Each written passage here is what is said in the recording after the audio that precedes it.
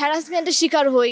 আমাদের মেয়েদের সেফটি একদিক থেকে এটা পরিবর্তন হচ্ছে, আবার অন্যদিকে অন্যরা হচ্ছে কি এটাকে অবনতির দিকে আর কি নিয়ে যাচ্ছে। ফাইন্যান্সিয়ালি ভাবে একটু গভর্নমেন্ট সাপোর্ট করুক। আমি এবার প্রথমবারের মতনই অংশগ্রহণ করছি নির্বাচনে। আমি এর আগে কখনো করিনি, so it's my first time and I am enjoying it obviously. আমি ঢাকা ৮তম আসনের ভোটার, সেখান থেকে আমি ভোট করছি আর কি। আপনার আসনে অ্যাকচুয়ালি আপনি কি পরিবর্তন চান?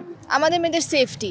আমরা যখনই রাস্তার মধ্যে মানে কোনো কাজে বের হই বা হচ্ছে গিয়ে কোনো উদ্দেশ্যে যখন বের হই, আমরা সেটা রাত হোক বা সন্ধ্যার পরে আমাদের একটা রেস্ট্রিকশন দিয়ে দেওয়া হয় যে সন্ধ্যার পরে বের হলে ইটস নট সেফ। সো আমি সেটা চাই যে ওনারা যাতে এই জিনিসগুলো একটু দেখুক, যাতে আমরা যাতে সেফলি রাস্তায় চলাফেরা করতে পারি।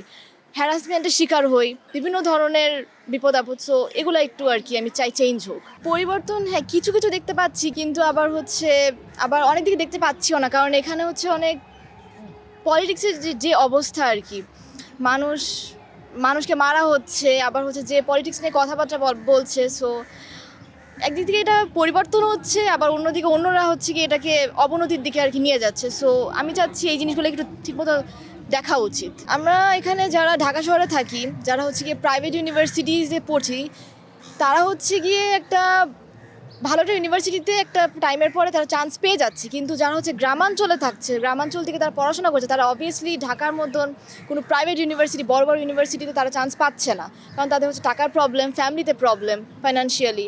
সো আমি চাচ্ছি যে যারা গ্রামাঞ্চলে থাকেন তাদের যাতে ফাইন্যান্সিয়ালিভাবে একটু গভর্নমেন্ট সাপোর্ট করুক, সো দ্যাট বাংলাদেশে যারা পড়াশোনা করছে, প্রাইভেট ইউনিভার্সিটি হোক বা পাবলিক ইউনিভার্সিটি হোক, তারা যাতে আমাদের মতন করে অংশগ্রহণ করতে পারে এবং তাদের এডুকেশনাল লাইফটাও এগিয়ে নিয়ে যেতে পারে।